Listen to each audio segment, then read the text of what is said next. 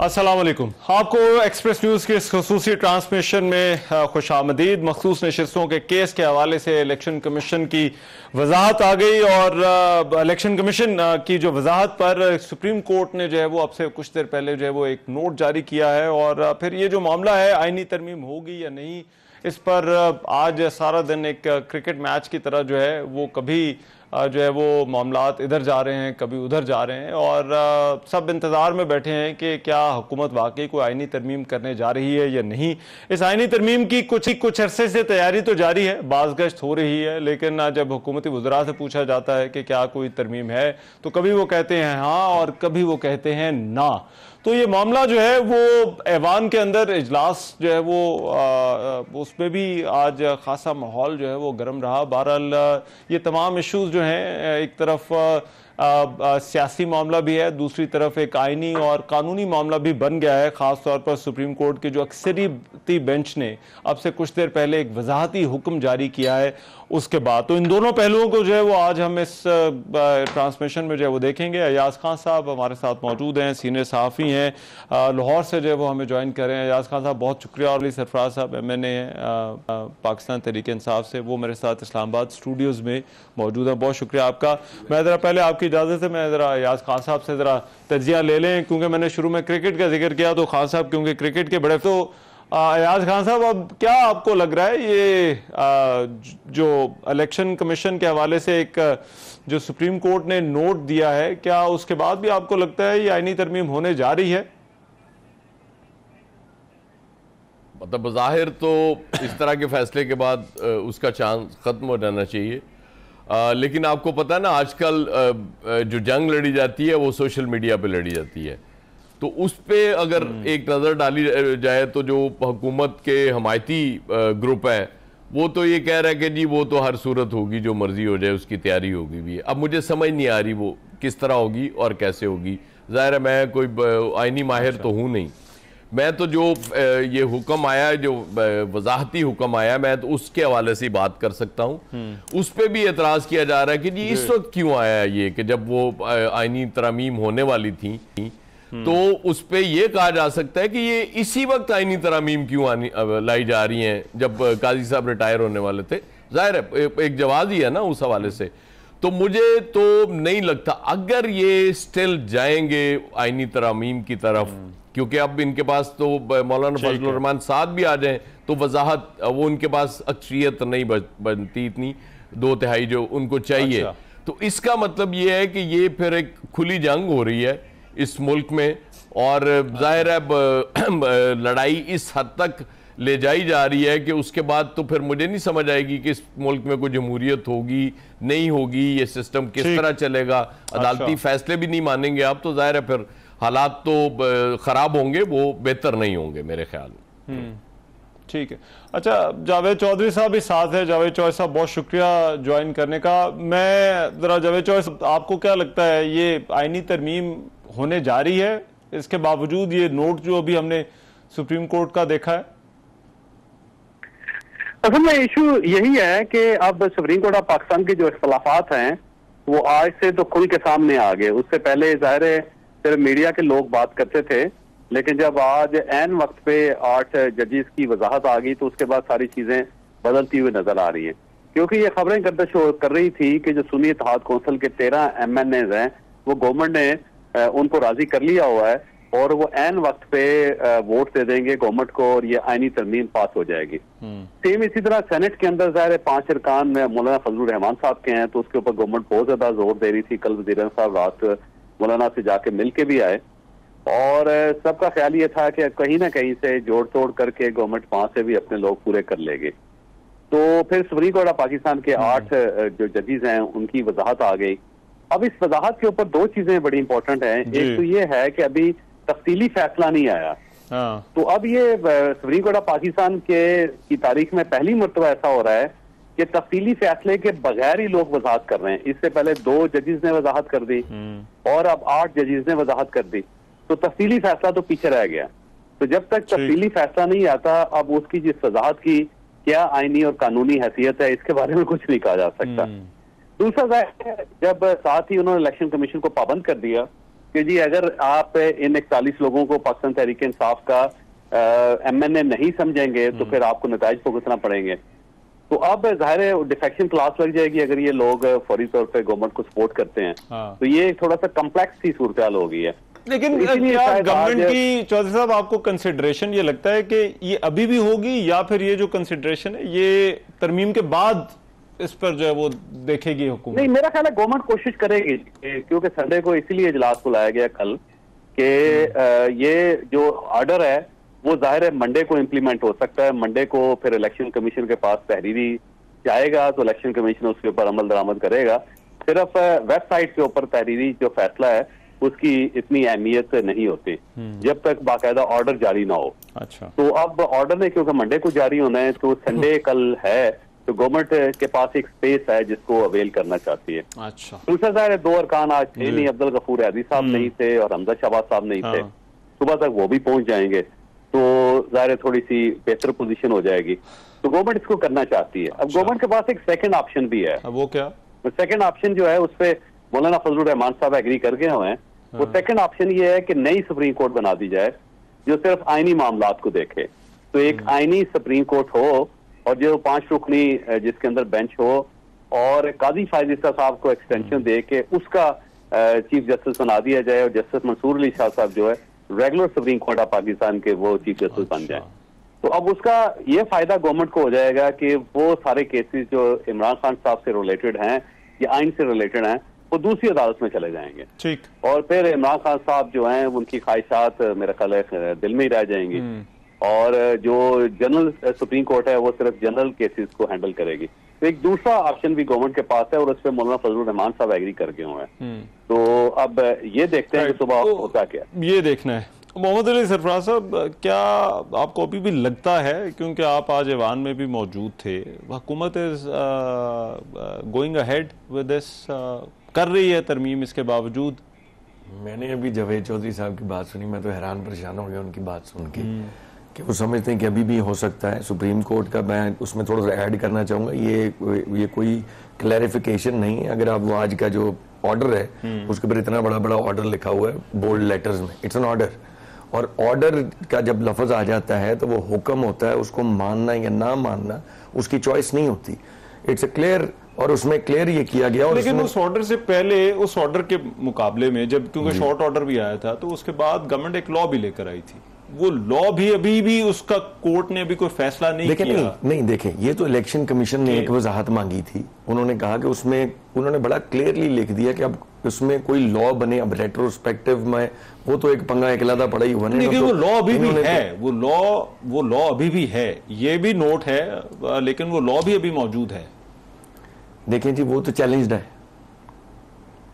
वो law challenged है, ठीक है, और वो चैलेंज हो भी चुका है मेरे ख्याल में। और वो उसके इस फैसले की इम्प्लीकेशन जो पहला शॉर्ट ऑर्डर आया था, वजाहत तो उन्होंने उसकी मांगी थी ना कि उसकी वजाहत में इन कैंडिडेट्स को किस खाते में डालना है।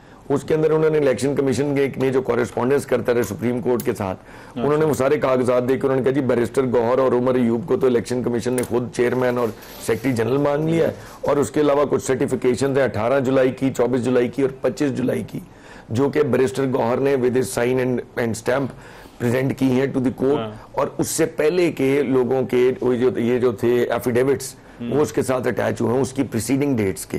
तो उन्होंने तो कहा कि ये 41 मेंबरान जो हैं ये सारे के सारे ये बिल्कुल मेलाफाइडी है और इनका ये जवाब पूछने का तो कि नहीं बनता था सिवाय इसके कि they wanted to delay the matter. बड़े क्लियर वर्ड्स में लिखा हुआ है। इसके बाद अगर सुन्नी इत्तेहाद काउंसिल का, पहली तो बात है सुन्नी इत्तेहाद काउंसिल हो या पीटीआई हो, हमारा कोई भी मेंबर, लेकिन असल मसला वो नहीं है। देखिए मसला ये है कि मसला एफिडेविट्स का है। क्या एक बंदा 2 एफिडेविट्स दे सकता है या नहीं? बिल्कुल, एफिडेविट जो है, मैं आपको एक्सप्लेन एक एफिडेविट अगर आप देते हैं और आप कहते हैं कि ये आप आजाद हैसियत के अंदर जो है वो जा रहे हैं, और दूसरा एफिडेविट आप देते हैं कि अब मैं पाकिस्तान तहरीक इंसाफ का मेंबर, क्या एक ही इलेक्शन से मुतालिक, मैं आपको एक्सप्लेन एक ही कॉन्टेस्ट है उससे मुतालिक 2 एफिडेविट्स हो सकते हैं? I got your point. ये 2 एफिडेविट्स नहीं है। सुप्रीम कोर्ट का जो डिसीजन था उस डिसीजन के अंदर उससे पिछले जो मामला थे उनको null and void by on the basis of that decision हुआ था, जिसके बाद फ्रेश एफिडेविट देने का मौका मिला था और उसकी भी जस्टिफिकेशन थी कि पीटीआई को हम एज अ पार्टी तस्लीम करते हैं।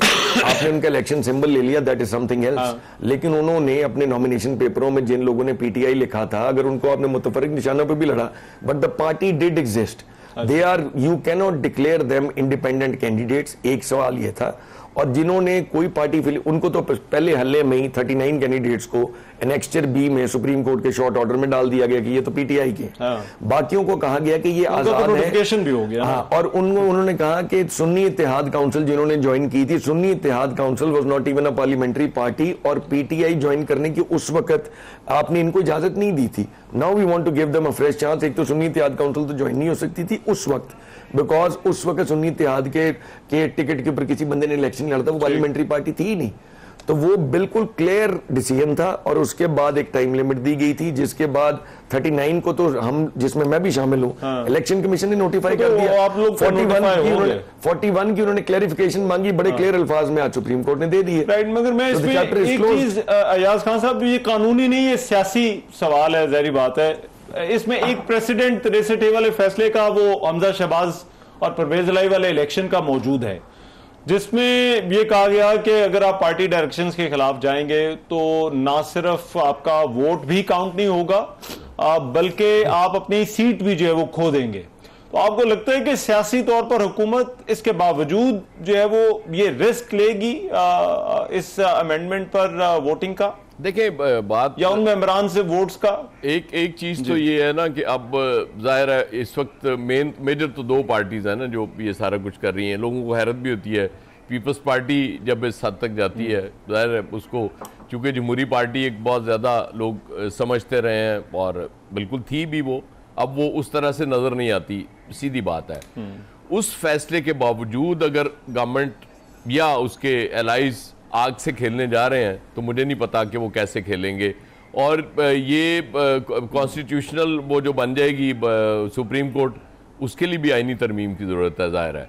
और रोला वही है कि फजलुर रहमान साहब आपके साथ मिल गए, उसके बावजूद आपके मेंबर्स कम हैं, आपको उनकी जरूरत है। देखिए ना, सुप्रीम कोर्ट तो एक ही होनी है, ये नहीं, वो कॉन्स्टिट्यूशनल कोर्ट की जो है वो बात हो रही, वो भी जाए, वो चले, वो भी मान लेते हैं ना, आईनी तरमीम करेंगे, ये मफरूजा भी हम मान लेते हैं ना कि चले कोई तरमीम के जरिए कोई एक सुप्रीम कोर्ट भी नहीं बन रही है जिसके काजी साहब वो हो जाएंगे। असल तो बात वही है ना कि सारा कुछ हो किस लिए रहा है, काजी साहब को रोकने के लिए। और तब एक फैसला आ गया, मतलब वो एक पॉलिटिकल पार्टी के हक में फैसला आ गया, और आपने ये तय कर लिया कि ये जो काजी साहब के बाद आने वाला जज है ये तो हमारे खिलाफ है। मतलब आपने तय कर लिया ना, आपने फैसला कर लिया कि जी बस अब तो, क्योंकि काजी साहब अगर नहीं रहेंगे तो सारा टोटल, देखिए ना सियासत हो रही है कि कल इलेक्शन होता है, अच्छा, वो रहीम यार खान में,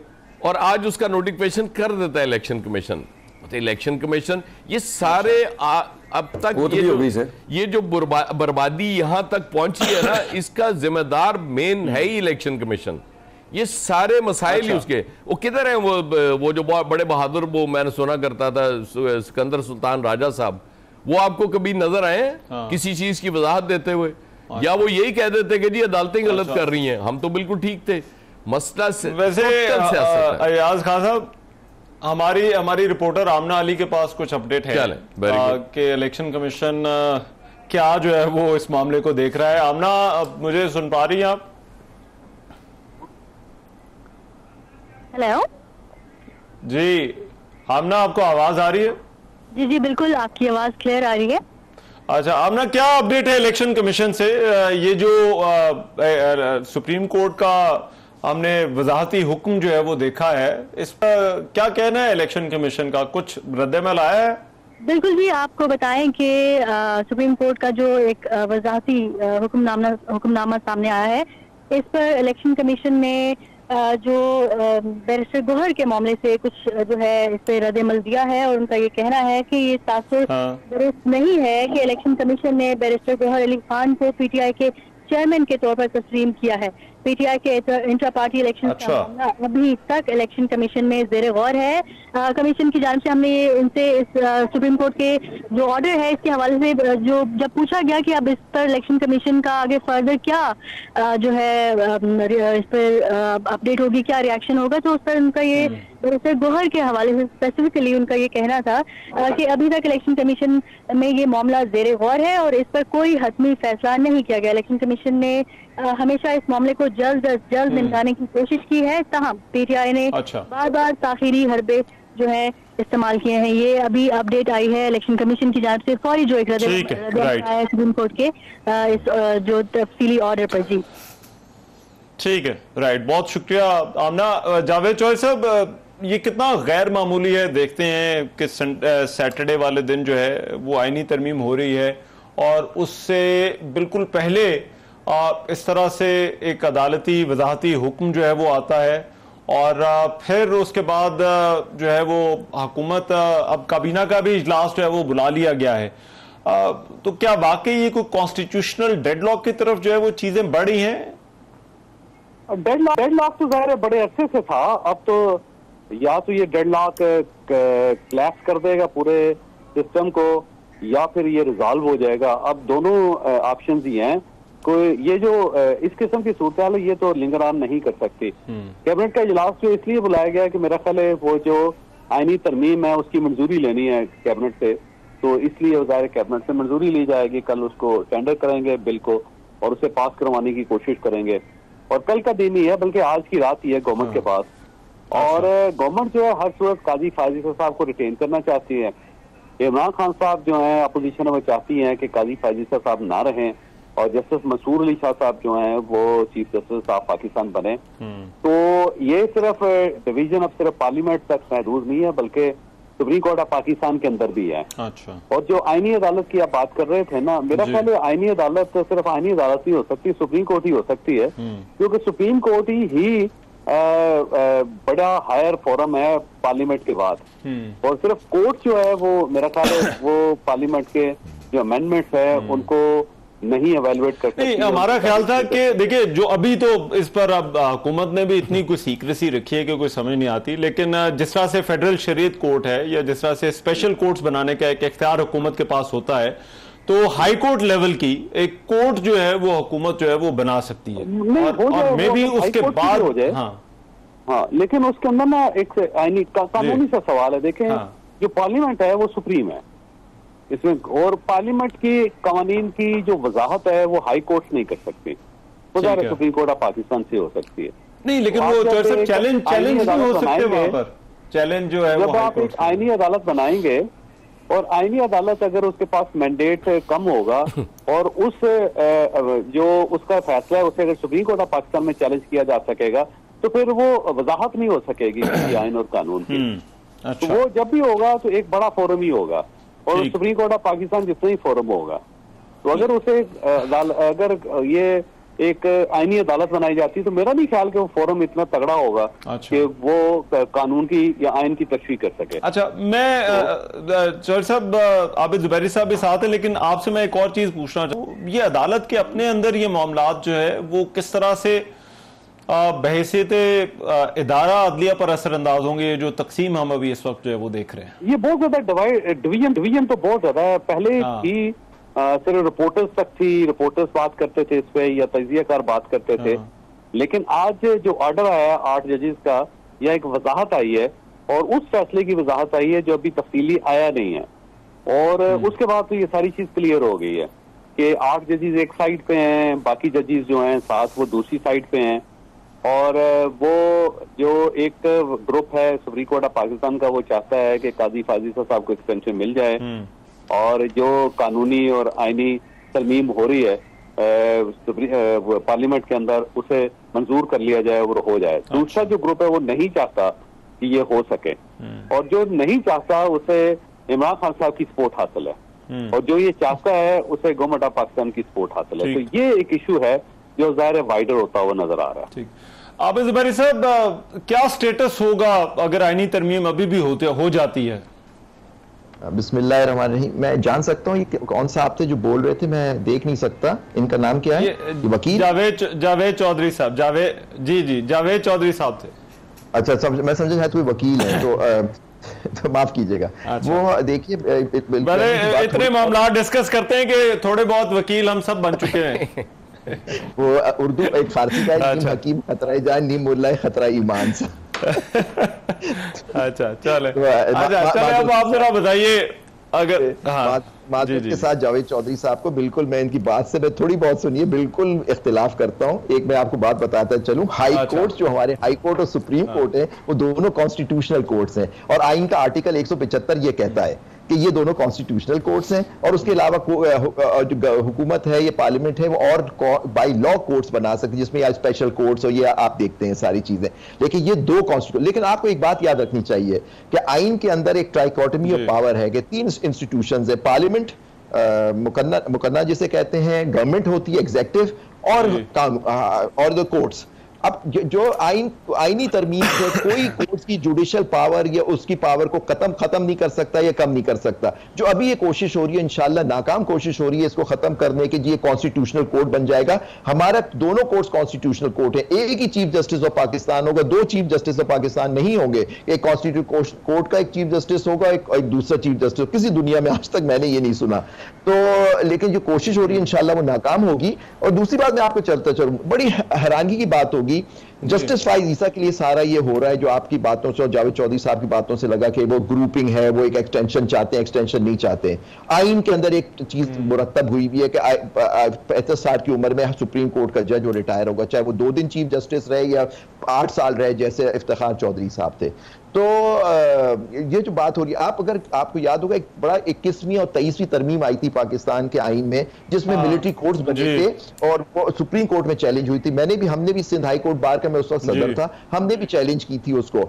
उसमें फाइज ईसा साहब जो थे, जस्टिस फाइज ईसा, वो माइनॉरिटी में थे। हम लोग, हमारे हक में उन्होंने फैसला दिया था और हम मैचिंग मेजॉरिटी ने कहा था ये आईनी तरमीम हो सकती है, इसको चैलेंज नहीं किया सकता। फाइज ईसा साहब की वो जजमेंट आप आज मंगवाइए, और उसमें मेरा जो आर्ग्यूमेंट है वो मेरे नाम से नोटेड है, आप देखिएगा। उसके अंदर उनका पैरा 23 से और पैरा 28 पढ़िए। वो कहते हैं पार्लियामेंट कोई ऐसी तरमीम नहीं कर सकती जिसमें जो जुडिशरी की पावर्स को कम करे। आज वो जजमेंट्स देते हैं कि पार्लियामेंट सुप्रीम है, और by the way Javed Chaudhry साहब, पार्लियामेंट सुप्रीम नहीं है, आइन सुप्रीम है। तो आप प्लीज वो पढ़ें उनकी जजमेंट। वो कहते हैं कोई नहीं, क्या आबिद ज़ुबैरी साहब, क्या इसका मतलब ये है कि जुडिशरी के हवाले से कोई भी लेजिस्लेशन नहीं कर सकती? नहीं, हो सकती है जुडिशरी के लिहाज से आप कोर्ट्स बना सकते हैं, लेकिन जुडिशियल पावर जो होती है, देखिए एक 2 चीजें होती है, एक जुरिस्डिक्शन होता है, एक जुडिशियल पावर होती है। जुडिशियल पावर हमारे आइन ने सिर्फ और सिर्फ जुडिशरी, वो आइन की पावर होती है तशरीह की, आप उसकी पावर को कम नहीं कर सकते। आप ये नहीं कर सकते अब एक कॉन्स्टिट्यूशनल कोर्ट हो जाएगा, आप ये नहीं कर सकते कि, और देखिए जो चीजें वो बना सकते हैं लेकिन कंसेंसस के साथ होना चाहिए था। आप क्यों उम्र बढ़ाना चाह रहे हैं? मगर हुकूमत के पास एक स्पेशल कोर्ट बनाने का तो इख्तियार है या नहीं है? क्योंकि इस्लामाबाद हाई कोर्ट पहले नहीं थी, इस्लामाबाद हाई कोर्ट बनाई, वो बनाने का इख्तियार है जी। तो हाउ इज इट डिफरेंट? जी, कोर्ट क्योंकि कॉन्स्टिट्यूशन अलाउ करता है कि आप, क्योंकि इस्लामाबाद का उन्होंने कोर्ट बनाया, कहीं और कोई प्रोविंस होगा, फर्ज करें कल गिलगित बल्तिस्तान पाकिस्तान का हिस्सा बन जाता है या कश्मीर बन जाता है, तो फिर वो सुप्रीम कोर्ट का आइन तरमीम आएगी कि वो कोर्ट्स को, क्योंकि हमारी जूरिसडिक्शन को देनी होगी, कोई सुप्रीम कोर्ट की जूरिसडिक्शन उस पर देनी होगी। देखिए इस वक्त कश्मीर के अंदर सुप्रीम कोर्ट ऑफ पाकिस्तान की कोई जूरिसडिक्शन नहीं है, उसके अंदर वहां का अपना सुप्रीम कोर्ट होता है हमारे आजाद जम्मू एंड कश्मीर में। तो उसके लिए एक आईनी तरमीम उसलिए जरूरत होती है। लेकिन जुडिशियल पावर, देखिए जुडिशियल पावर होता है पावर टू लेकिन शरीयत कोर्ट भी तो बनी ना। आप देखिए आबिद ज़ुबैरी साहब, जो फेडरल शरीयत कोर्ट है फिर वो भी तो बनी, उसका क्या स्टेटस, वो किस तरह से उसको स्टेटस दिया गया? उसका स्टेटस भी डिफाइंड है। वो आपको याद होगा शरीयत कोर्ट जो थी मरहूम ज़ियाउल हक साहब के जमाने में बनी थी आइन, और उन्होंने तरमीम की थी आइन में, उस वक्त पार्लियामेंट ही कुछ थी। उसको बाद में सुप्रीम कोर्ट का फैसला आया, उसमें उसको रिटेन किया गया था, लेकिन उसकी जो एक चीज उन्होंने कही थी कि उसका कोई फैसला चैलेंज नहीं हो सकता किसी पाकिस्तान की कोर्ट में, सुप्रीम कोर्ट में, वो शक जो थी उसको कहा था ये नहीं हो सकता। और दूसरी बात उन्होंने कहा था कि जो अगर उसकी कोई शक आइन के किसी और आर्टिकल से मुतसादे में जो ओरिजिनल 73 का आइन है तो वो 73 का आइन प्रिवेल करेगा, शरीयत कोर्ट वाले आर्टिकल्स नहीं प्रिवेल करेंगे। अच्छा। तो ये बात में की है। अच्छा। देखिए वो देखिए आप मिलिट्री कोर्ट जमाने की आप बातें आप कर रहे हैं कि जी मिलिट्री कोर्ट्स के जमाने में, सॉरी मिलिट्री रूल के जमाने में, अलग साहब के जमाने में, आज की बात कीजिए। इस वक्त हमारे पास एक हुकूमत है जो मैं समझता हूं कि आप कानून के हिसाब से इलेक्टेड ही नहीं है, क्योंकि वो फॉर्म 47 की हुकूमत है। उनके पास लोगों का मैंडेट ही नहीं है और कोई मैंडेट अवाम उनको नहीं दे सकती किसी भी गवर्नमेंट को कि आप कोर्ट की पावर्स को कम कर दें, आप उसमें इंटरफेयर कर दें और आप लोगों को खरीदें। अब क्या हो रहा था, ये 41 लोग जो थे इनको इंडिपेंडेंट, आप देखिए इलेक्शन कमीशन पाकिस्तान ने सुप्रीम कोर्ट का वायलेशन किया। आई होप आज अगर उन्होंने नहीं किया आज नोटिफिकेशन इशू, तो मंडे को सुप्रीम कोर्ट कंटेम्प्ट इशू करता है और आर्टिकल 205 की प्रोसीडिंग शुरू करता है इस चीफ इलेक्शन कमिश्नर साहब के खिलाफ। तो ये देखिए इस पर आपको लगता है कंटेम्प्ट भी आ सकती? बिल्कुल, मगर मैं इसमें मोहम्मद अली, राइट, ठीक है, राइट। मोहम्मद अली साहब, जो आपके लोग अब अगर दूसरी साइड पर चले गए हैं या जिनके मुतालिक कहा गया उन पर दबाव डाला जा रहा है, उनसे राब्ता नहीं हो रहा, उनका स्टेटस पार्टी के अंदर क्या होने वाला है? सर मैं आपसे गुजारिश करूं, मैं एक यहाँ पॉइंट ऐड करना चाहता हूं। जितनी बातें इस सारे टॉक शो में हुई हैं, there are all concerned with some one or the other amendment. आज का ये जो फैसला है that makes it absolutely clear that no more amendments. So once you say that no more amendments, उसका मतलब है कि ना आपकी कोई और कोर्ट बन सकती है। खान साहब के केस को भी किसी अमेंडमेंट करके ही जाएगी ना।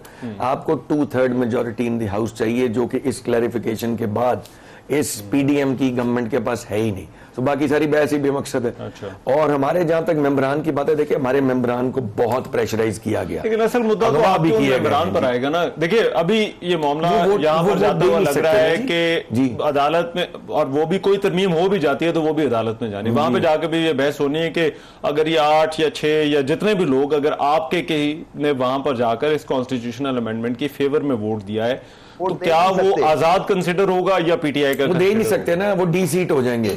जुबैरी साहब, आई एम वेरी ग्रेटफुल, उन्होंने मेरा काम आसान कर दिया। देखिए I am not a lawyer, वो वोट कर सकते ही नहीं है।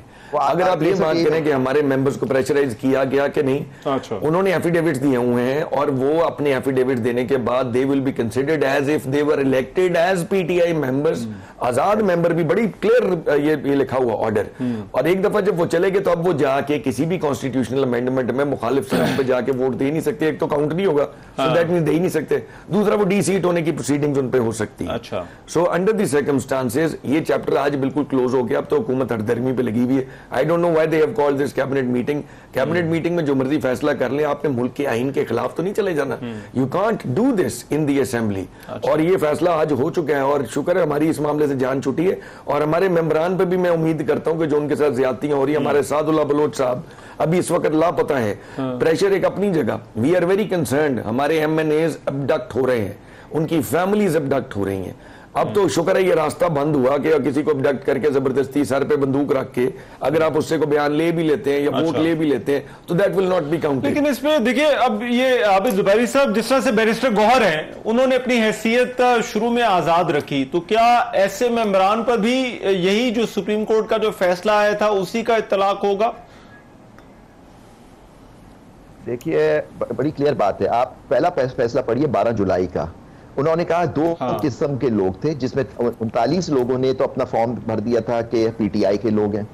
41 वो लोग थे जिन्होंने नहीं किया, ये बात नहीं कही थी। और उसकी वजह थी क्योंकि उस पर इन पे जुल्म सितम के पहाड़ टूट रहे थे। और जो आज भी हो रहा है, जो भी आप मोहम्मद अली साहब ने फरमाया कि बलोच साहब गायब हैं और उनके बाज लोगों को तो फैमिली उठाया है कि फैमिली जो उठाई उसके बाद उनको जब आए तो फिर फैमिली को छोड़ा। ये भी आज खबरों में मैंने सुना है और पढ़ा है।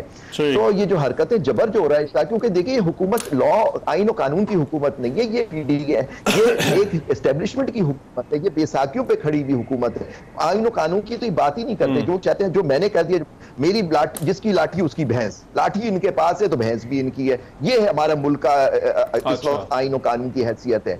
तो आप देखिए जो 41 लोग हैं, वो उस वक्त भी सुप्रीम कोर्ट ने क्या कहा था, उन्होंने कहा था वो अपना एफिडेविट दें, और आप देखिए जो ऑर्डर आया उसमें 3 तारीखें मेंशन्ड हैं पैरा 4 में। आज देखिए कि इन लोगों ने अपने 41 लोगों ने, जिसमें गौहर भी शामिल है, और लोगों ने अपने एप्लीकेशन दे रहे हैं जी हमारा पीटीआई साहब। और आपको याद होगा 11 जजों ने कहा था, जिसमें बशमूल जनाब चीफ जस्टिस साहब ने, कि ये गलत इंटरप्रिटेशन दे के इनको कहा कि आजाद है, ये पीटीआई के लोग थे। तो मैं तो समझता हूं इसमें एफिडेविट की भी जरूरत नहीं थी। चले वो सुप्रीम कोर्ट ने एक तरीका बता दिया कि कुछ लोग रहना चाहते हैं वो रह लें। इन लोगों ने, जितने लोगों ने जमा कराया उनको नोटिफाई करना था। हुकूमत ने क्या किया, उन्होंने एक लेजिस्लेशन बना दी। आप पता है एक एक्ट भी पास हुआ है, तरमीमी एक्ट, इलेक्शन एक्ट तरमीम की उन्होंने, और उसको लागू किया पीछे से कि ताकि इस जजमेंट को नलीफाई कर दें। वो हम लोग थे पाकिस्तान मेंबर के जो माइनॉरिटी ग्रुप है, हमने चैलेंज किया हुआ है, लेकिन जो हमें पता था सुप्रीम कोर्ट में हमारा केस दाखिल होता है उस पर वहां ऑफिस ऑब्जेक्शन लगा देता है कि आपका केस ही मेंटेनेबल नहीं है। हमने तो वो भी चैलेंज किया हुआ है। अच्छा जुबैर साहब, मुझे मैं एक ब्रेक पे जाना, मोहम्मद अली साहब ब्रेक के बाद आता हूं, मैं वो भी कुछ ऐड करना चाहता, ब्रेक लेते वापस आ रहे इस ब्रेक के बाद। Welcome back after the break. ये जो आईनी तरमीम वाला मामला है, इस पर बात हो रही है। अयाज खान साहब, अगर ये आईनी तरमीम नहीं होती तो क्या होगा सर? जो हुकूमत करना चाह रही है। आबिद जुबैरी साहब बड़े मासूम आदमी हैं, काजी साहब के उस हवाला दे रहे हैं फैसले का। जुबैरी साहब उस वक्त पेट सेम नहीं था, माजरत के साथ, अब पेट सेम है इसलिए आप पार्लियामेंट सुप्रीम है, उस वक्त सुप्रीम कोर्ट सुप्रीम हुआ करती थी, तो इसलिए आप अपनी गलतफहमी दूर कर लें। अच्छा, मुझे ये समझ नहीं आ रही कि बार बार कहा जा रहा है जी डिवाइड होगी सुप्रीम कोर्ट, कब नहीं हुई? अभी रिसेंटली जब काजी साहब से पहले वो थे उमर अता बंदयाल साहब थे, उस वक्त काजी साहब के डिसेंडिंग नोट नहीं आप पढ़ा करते थे, वो जो अलग से अपने फैसले भी जारी कर दिया करते थे। अतर मिनल्ला साहब के मौजूद है ऑन रिकॉर्ड। देखिए, अब ये तरमीम नहीं हो सकती, ये तो एक चीज तयशुदा है, तो कोई दो राय नहीं है ना, क्योंकि आप मौलाना फजलुर रहमान को साथ मिला भी लें तो आपका अरकान कम है। वो आप बैंक कर रहे थे इन 41 पे कि इनमें से हम तोड़ के और अपनी तादाद पूरी कर लेंगे। आज के सुप्रीम कोर्ट के इस फैसले के बाद वो मंडे को जाएगा, ट्यूसडे को जाएगा, मुझे नहीं पता, फैसला आ गया है। जब फैसला आ जाता है तो वो इम्प्लीमेंट हो जाता है। अब इलेक्शन कमीशन की वजाहत भी सिर्फ बैरिस्टर गौहर के हवाले से आई है, बाकी कोई वजाहत नहीं आई अभी तक। जो अभी आपने वो अपनी रिपोर्टर से भी बात की थी, तो मेरे हिसाब से तो अब ये तरमीम का तो चैप्टर क्लोज हो गया। अब जुबैरी साहब चूंकि वो कानूनी माहिर हैं, वो बेहतर इस पे राय दे सकते हैं। मुझे नहीं लगता कि अब गवर्नमेंट ये तरमीम कर सकती है अगर हट धर्मी की गई, और मुझे ये भी नहीं पता कि मौलाना फजलुर रहमान इसके बाद गवर्नमेंट के साथ जाएंगे या नहीं जाएंगे, क्योंकि ये बड़ी ख्वारी वाला काम है जो भी करेगा। मैं आपको सीधी बात बताऊं। राइट। अच्छा, आमिर इलियास राना साहब जरा साथ हैं, मैं आमिर साहब से भी पूछ लूं। आमिर साहब, क्या वाकई ये बड़ी मुश्किल खड़ी है हुकूमत की आईनी तरमीम के लिए जो इलेक्शन कमीशन का वजाहती हुक्म है? देखिए, 2-3 चीजें हैं इसमें। अभी अयाज साहब को जो मैं सुन रहा था, अभी एक राय है और मेरी भी एक राय है कि 6 अराकीन बैरिस्टर गौर और उमर अयूब के अलावा ऐसे हैं पीटीआई के जिनके ऊपर सुप्रीम कोर्ट का ना पहला फैसला लागू हो रहा था, ना वजाहती नोट लागू हो रहा था। उनमें से गवर्नमेंट को 3 लोग चाहिए सिर्फ कौमी असेंबली में, सेनेट में चाहिए भी नहीं है। तो अगर इन्होंने आईनी तरमीम इस तरह के फैसले के मुताबिक की हुई थी कि जी सुप्रीम कोर्ट वजाहत नहीं देगी, तो फिर तो उनको तैयारी करनी नहीं चाहिए थी। तो उन्होंने अपनी तैयारी पूरी की हुई है इन सब चीजों को देखते हुए, अगर वो प्लान करके आ रहे हैं, और वो है आईनी तरमीम के हवाले से। आप ये कह रहे हैं कि हुकूमत ये एक्सपेक्ट कर रही थी कि इस तरह का कोई नोट आ सकता है या ऑर्डर आ सकता है? वो वजाहत का या तफसीली फैसला भी आ सकता था, क्योंकि वो कोर्ट में नहीं लगना तफसीली फैसला, वो अब जारी होना है, क्योंकि शार्ट ऑर्डर वो कोर्ट में सुना चुके हुए हैं जज साहिबान।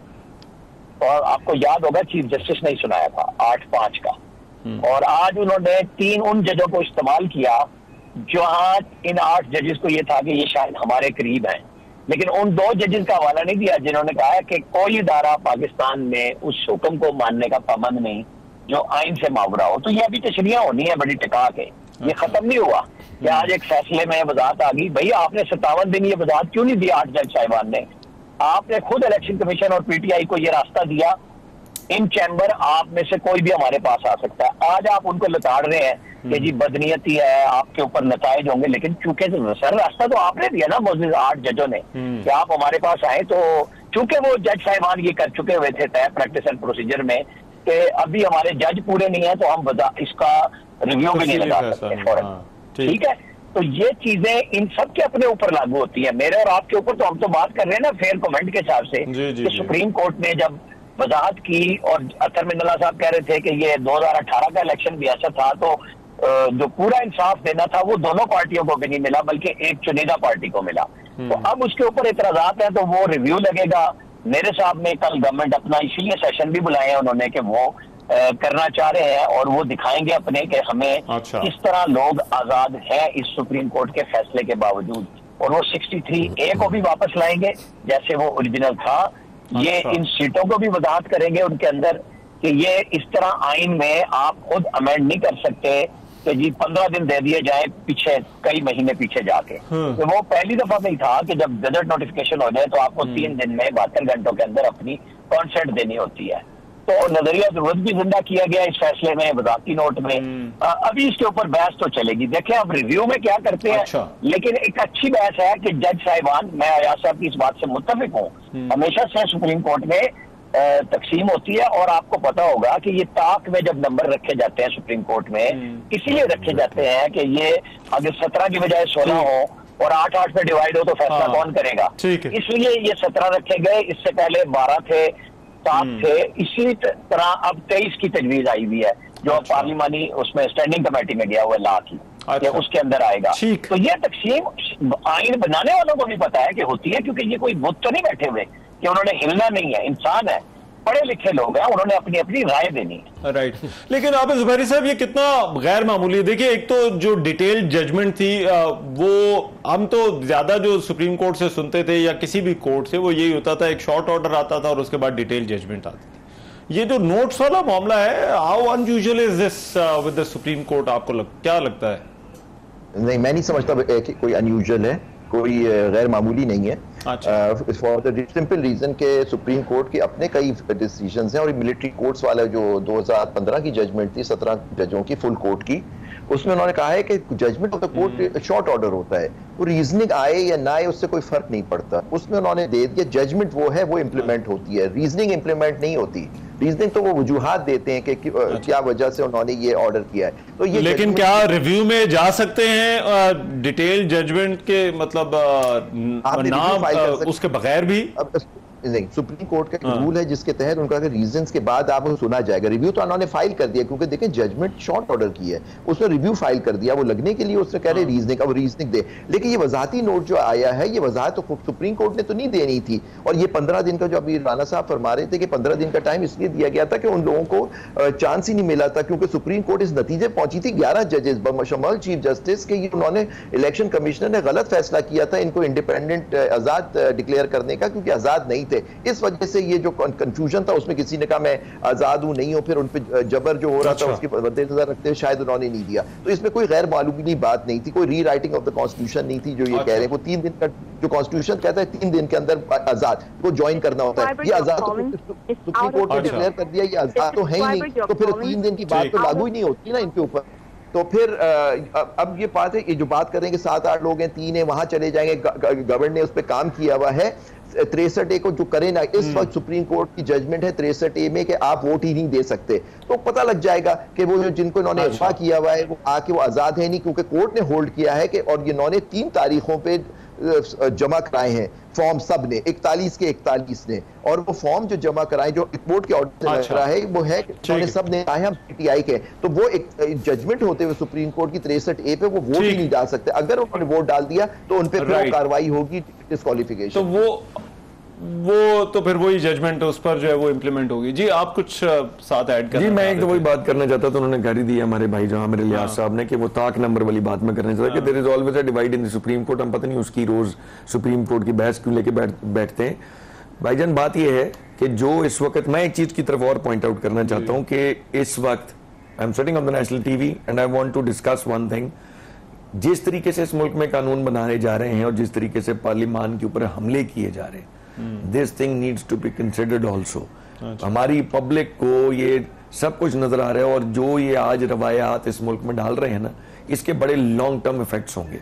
काजी फायज ईसा साहब को मेरे ख्याल में अब ये इतना कुछ देखने के बाद जब उनको ये भी पता कि लोगों की बच्चियां अगवा कर करके उनके लिए वोट लिए जा रहे हैं और उनकी बीवियों को अगवा किया जा रहा है, अगर इस तरीके से काजी साहब ने वोट लेने, अगर मैं समझता हूं अगर उनको कुछ लिहाज है तो काजी साहब को अब वैसे ही बयान जारी कर देना चाहिए कि मेरे हक में इस किस्म की आप अमेंडमेंट्स ना करें, मुझे ये काबिल कबूल नहीं होंगी जिसमें किसी की वैसे वो कह तो चुके हैं काफी दफा उन्होंने, एक दफा वजीर कानून ने भी उनकी बिहाफ पर जो है बताया, कुछ जो है वो कुछ और भी रेफरेंसेस के साथ बात हुई तो उन्होंने कहा कि शायद वो एक्सटेंशन ही लेना चाहते हैं। हाँ, लेकिन उन्होंने बाद में एक प्रेस रिलीज एक आई भी थी कि अगर उम्र ही बढ़ा दी जाए तो उसमें फिर मैं क्या कर सकता हूँ। लेकिन मेरे ख्याल में नुकता ये था कि वो पर्सन स्पेसिफिक लेजिस्लेशन जो है वो नहीं चाहते। लेकिन वो कह देते ना कि मुझे जब सारे पाकिस्तान उन्होंने क्या सी कि मैं नहीं लैनी, तुसी दे दो तो मैंने एतराज भी कोई। हाँ, उन्होंने यही किया सी। मैं आई एग्री विद लिहाज, बिल्कुल। अच्छा, ये इंटरप्रिटेशन हो सकती है। लेकिन अयाज खान साहब, ये जो है वो जुडिशरी और पार्लियामेंट वाला मामला, ऐसा लगता है कि ये मामला खत्म नहीं होने वाला। ये पीडीएम के दौर से ये मामला जो है वो चला आ रहा था, ताब बंदयाल के मामले वक्त से। तो ये अगर सुप्रीम कोर्ट में कमांड की या जो है वो सरबराही तब्दील हो जाती है तो फिर आपको लगता है ये अगले हमारे कोई 2-2.5 साल भी ऐसे गुजरेंगे? देखिए, रोला वही है कि आपने खुद जंग छेड़ दी। मतलब एक आने वाले चीफ जस्टिस से क्या जरूरत थी आपको उससे जंग छेड़ने की? मतलब आप सिर्फ एक फैसला, जिसमें जुबैरी साहब बिल्कुल ठीक कह रहे हैं कि वो तो 11 जजेस में काजी साहब खुद मौजूद हैं, ये जो ये मान रहे थे। मतलब सर्कमस्टेंशियल एविडेंस वहां मौजूद था जो नजर आ रहा था कि इस पार्टी के साथ क्या हुआ है। उसके बाद भी वो कहते हैं कि जी वो हो गया, सिलेक्टेड इंसाफ हो गया। I don't agree with this, क्योंकि जो हुआ यहीं पे बैठ के हम बातें करते थे ना कि किस तरह के उनको पॉलिटिकल वो इंतखाबी सिंगल वो दिए गए थे उनको सिंबल्स, और इसके बावजूद जब लोगों ने वोट डाल दिया तो फिर आप कह रहे हैं कि जी वो सिलेक्टेड इंसाफ हो गया। आई एम सॉरी, नहीं हुआ। आपको अपने जजेस पे एतबार करना चाहिए था कि ये एक फैसला नहीं है जो हमेशा हमारे खिलाफ ही फैसले आएंगे। और मतलब जाहिर है उनको भी आइन और कानून उन्होंने भी पढ़ा हुआ है ना, जितना ये जो लेजिस्लेटर्स हमारे बैठे हुए हैं, ये तो खैर अल्लाह के फजल से मेरे जितने ही पढ़े लिखे हैं, इनको तो आइन और कानून का इतना नहीं पता होता ना, वो बस बन के आ जाती हैं चीज़ें और उसके बाद ये चल पड़ते हैं तरामीम करने। उनको उन पे एतबार करना चाहिए था, उन जजेस पे नहीं किया मेरे ख्याल में। उस वजह से अब मुझे मामला ठीक होते नहीं नजर आ रहे। राइट, ठीक है, बहुत शुक्रिया अयाज खान साहब, आमिर इलियास राना साहब, आबिद जुबैरी साहब और सरफराज साहब, थैंक यू सो मच। बहरहाल ये मामला अभी भी है, अब देखना यही है कि हुकूमत अभी आईनी तरमीम के साथ जाती है या नहीं जाती है, करती है नहीं करती है। बस ट्रांसमिशन से इतना ही, इजाजत दीजिए, अल्लाह ने के बाद।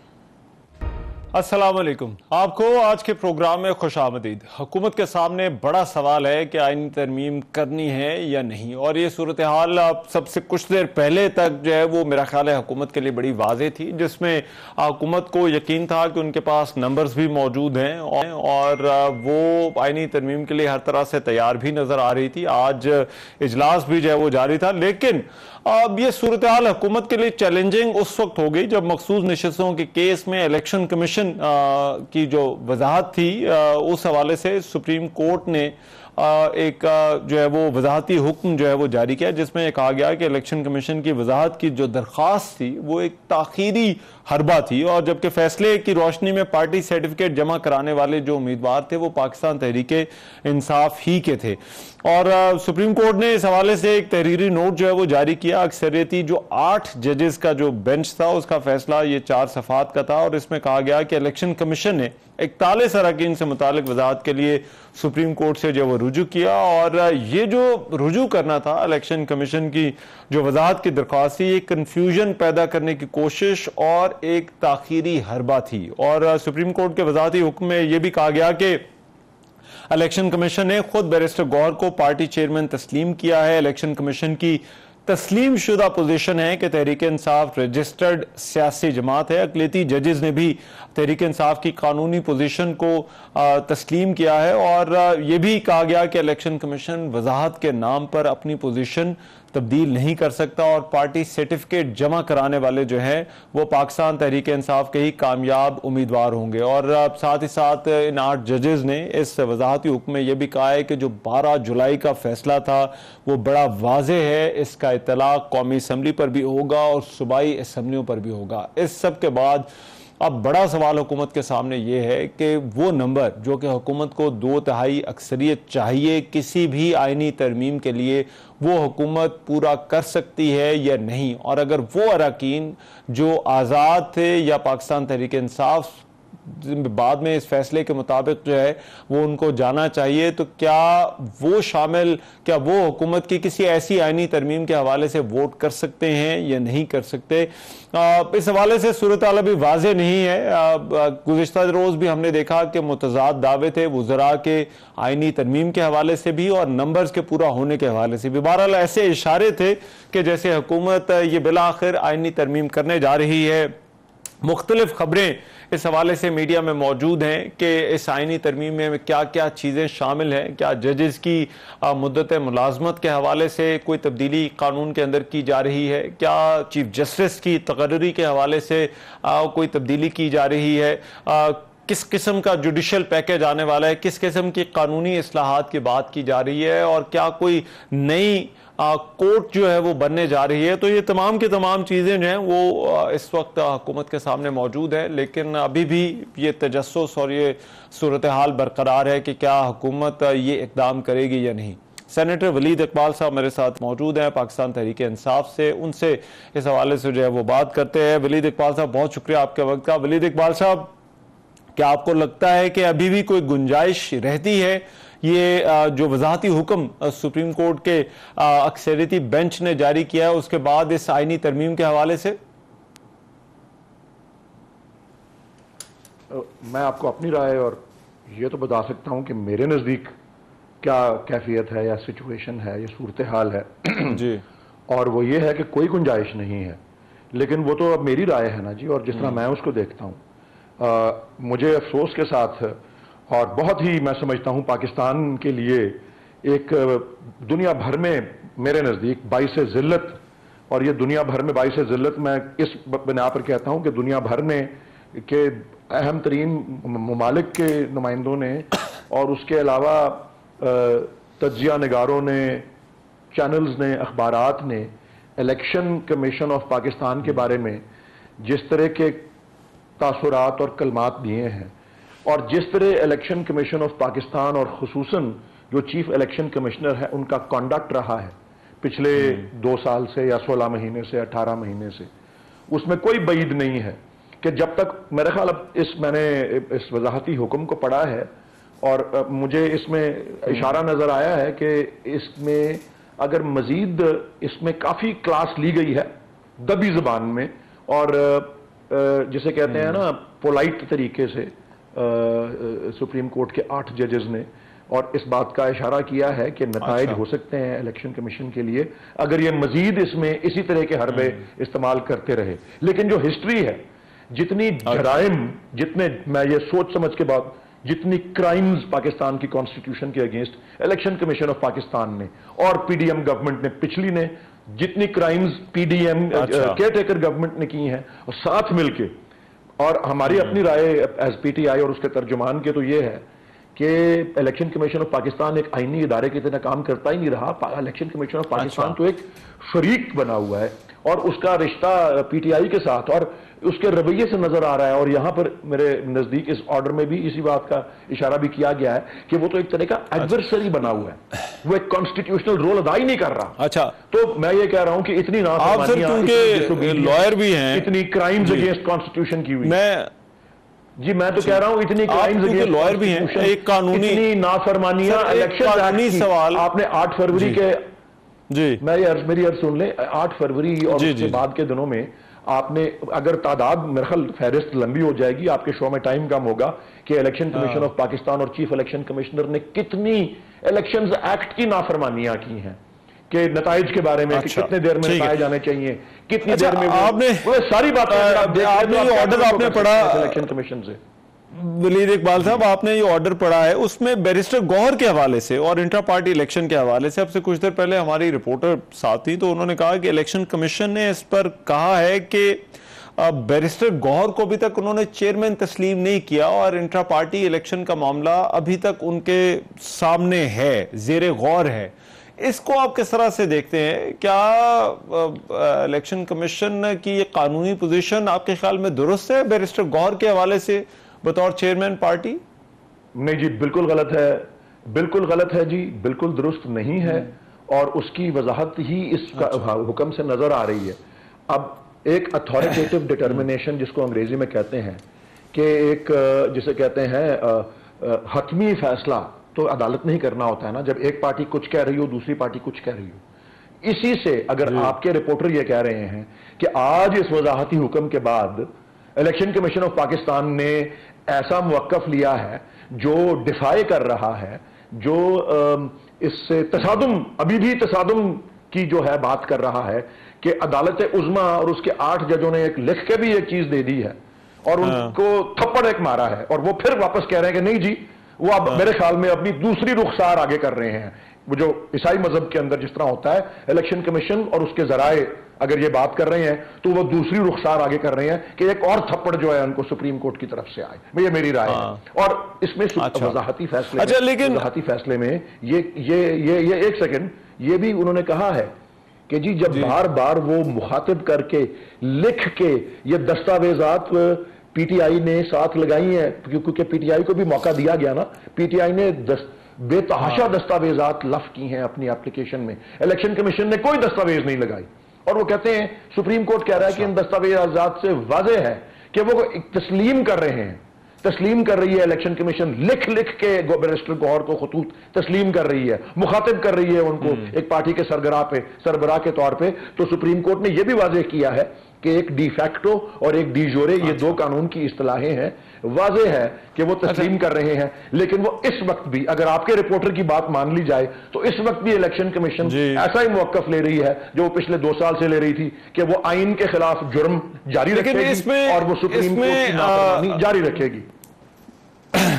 वलीद इकबाल साहब, इसमें ये कहा जा रहा है कि ऐसा लगता है कि सुप्रीम कोर्ट बड़ी बरहम नजर आ रही है इलेक्शन कमीशन के ऊपर। क्या सुप्रीम कोर्ट ने पहले नहीं कहा था और तहरीक इंसाफ और ऑपोजिशन को भी कि आप हमसे राब्ता कर लें अगर कोई आपको ऑर्डर की वेरिफिकेशन चाहिए हो, और इलेक्शन कमीशन को भी? तो इतना ऐसा फिर सुप्रीम कोर्ट की इतनी अनॉयंस क्यों इस ऑर्डर के अंदर जो है वो नजर आ रही है? अगर इसके लिए कोई बेहतर कानूनी वर्ड है तो वो आप इस्तेमाल कर सकते हैं। जी जी, देखें सुप्रीम कोर्ट बरहम क्यों है इसकी वजाहत या मैं उनका तर्जुमान तो नहीं हूं, वो तो रजिस्ट्रार उनके तर्जुमान नॉर्मली होते हैं सुप्रीम कोर्ट, लेकिन एक फेयर कमेंट तो आप दे सकते हैं। ऑफ कोर्स, नहीं, हाँ, तो मैं कह रहा हूं, मैं उनके बिहाफ पे तो नहीं तशरीह कर सकता किसी भी चीज की, मैं इसलिए मुसलसल आपको ये कहता आ रहा हूं कि मैं अपनी राय दे रहा हूं आपको, और मैंने आपको अपनी राय देते ये कहा कि जी गुंजाइश तो नहीं है, लेकिन आपने खुद ही कहा कि आपके रिपोर्टर के मुताबिक इलेक्शन कमीशन समझ रही है कि वो मादर पे दराज़ार है, वो किसी को जवाब दे नहीं है। और मुझे लगता है कि जिस तरह का गड़ा वो अपने लिए खोद रहे हैं, जिस तरह का वो मुंह अपने काला करना चाह रहे हैं, मजीद वो करें। फिर बरहम मुझे लगता है क्यों है कि जिस सवाल पे उन्होंने, ये मेरी तशरीह है इस ऑर्डर की, सुप्रीम कोर्ट ने अपने इस हुक्म में ये मेरे ख्याल में वाज़ेह किया है कि ऐसा इशू जिस पे वजाहत दरकार ही नहीं थी उस पे वजाहत मांग के इन्होंने जानबूझ के ये कंट्राइव्ड का लफ्ज इस्तेमाल किया। कंट्राइव्ड का मतलब होता है कि झूठ मूठ का, बनावटी एक एतराज करके वजाहत मांगी है। मतलब एक कोई बाज़मीर चीफ इलेक्शन कमिश्नर हो, कोई बाज़मीर, कोई किसी किस्म का सेल्फ रिस्पेक्ट रखने वाला चीफ इलेक्शन कमिश्नर हो तो चले, वो तो यहां है ही नहीं, लेकिन ये ऑर्डर पढ़ के तो वो अभी आज मुस्ताफी हो जाए। लेकिन ये कहां मुस्ताफी होंगे, इनकी खाल इतनी सख्त है, और ये मैंने कहा है ना, ये पार्टी बने हुए हैं सारी चीज के अंदर, बिल्कुल। और ये बरहमी की वजह मैंने आपको, एक चीज की और जरा वजाहत कीजिएगा। सर एक कानूनी नुक्ता और डिस्कस हो रहा है कि 8 आजाद अरकान, अगर सुप्रीम कोर्ट का ये ऑर्डर इंप्लीमेंट भी कर दिया जाए तो 8 आजाद अरकान होंगे। एक तो बैरिस्टर गौहर है, उमर अयूब है, इन्होंने अपनी बतौर अपोजिशन लीडर और बतौर चेयरमैन पार्टी इन्होंने अपनी हैसियत आजाद रखी हुई थी, लेकिन उसके अलावा अली असगर खान है, असलम घुम्मन है, चौधरी उस्मान है, जहूर कुरैशी हैं, औरंगजेब खिच्ची हैं और मुबारक जेब खान है। इनका सर क्या स्टेटस होगा? क्या ये हुकूमत के हक में वोट कर सकते हैं आपके ख्याल में? हमारा कोई शख्स हमारे टिकट पर इलेक्ट हुआ हुआ है पीटीआई के या पीटीआई की सपोर्ट से इलेक्ट हुआ हुआ है, बहरे वो कागजी तौर पे आजाद कहलवाए, कोई हमारा रुकन, हमारे कोई अरकान, वो वाहिद में और जमा में, सिंगुलर में और प्लूरल में, कोई किसी भी आईनी तरमीम में हुकूमत का साथ नहीं देगा। पाकिस्तान की जो इस वक्त की हुकूमत जो कि 17 सीटों वाली पार्टी को, जिसको 90 या 100 सीटें दी हुई हैं, वो धौंस के जरिए और लोगों को, हमारे अराकीन को अगवा करके, उनके घरों की खवातीन को अगवा करके और अपनी इस जबर और जुल्म और इंसानी हकूक की पामाली के तसलसल को जारी रखने के लिए मुकम्मल तौर पे बदनीयती पर मबनी जो ये करना चाह रहे हैं आईनी तरमीम, कोई हमारा रुकन जो हमारी हिमायत से या हमारे टिकट पर या सुन्नी इत्तेहाद काउंसिल जो कि पीटीआई की हिमायत से इलेक्ट हुए हैं, कोई रुकन उसके हक में नहीं वोट देगा। और ये तमाम आईनी तरामीम अदलिया के ऊपर हमला है, अदलिया पे हमला है, आइन के ऊपर हमला है और अपनी चोरी और डाके को छुपाने के लिए है, इंसानी हकूक की पामाली को एक कानूनियत का लबादा फैलाने के लिए है और इसलिए और अदलिया को कंट्रोल करने के लिए, जो कि हमारे आइन का सतून है कि उसकी एक आजादी जो है हमारे आइन का सतून है, करारदादे मकासद का एक सतून है और ट्राइकोटमी ऑफ पावर्स के जी लेजिस्लेचर, एग्जीक्यूटिव और जुडिशरी एक अलग अलग उनके काम है। ये एग्जीक्यूटिव का अपने आप को हावी करने की कोशिश है। आपने 5th जनरेशन वॉरफेयर का लफ्ज सुना है ना कभी? जी मैं आपको एक तशबीह देता हूं। पाकिस्तान में 4 मार्शल लॉ आए हैं, तो ये चारों को या कम से कम 3 को जो है ना, ये अदालतों से मिली, किस बुनियाद पर अदालतों से वो उनको जायज करार दिया गया, सैंक्शन मिली या 4 दफा जस्टिफाई कर दिया गया? हाँ जी, उनको जस्टिफाई किया गया डॉक्ट्रिन ऑफ नेसेसिटी के बुनियाद पर। हालांकि याया खान वाला जो बीच में एक था, उनको तो जस्टिस महमूदुर रहमान और उनके बेंच को क्रेडिट जाता है कि एक मिलिट्री डिक्टेटर को गासिब करार दिया जब वो इक़्तिदार से हट चुके थे। बहरहाल ये 4 जनरेशंस मार्शल लॉ की तो हमारे पास आ चुकी हैं और डॉक्ट्रिन ऑफ नेसेसिटी का कोई ना कोई रंग रूप।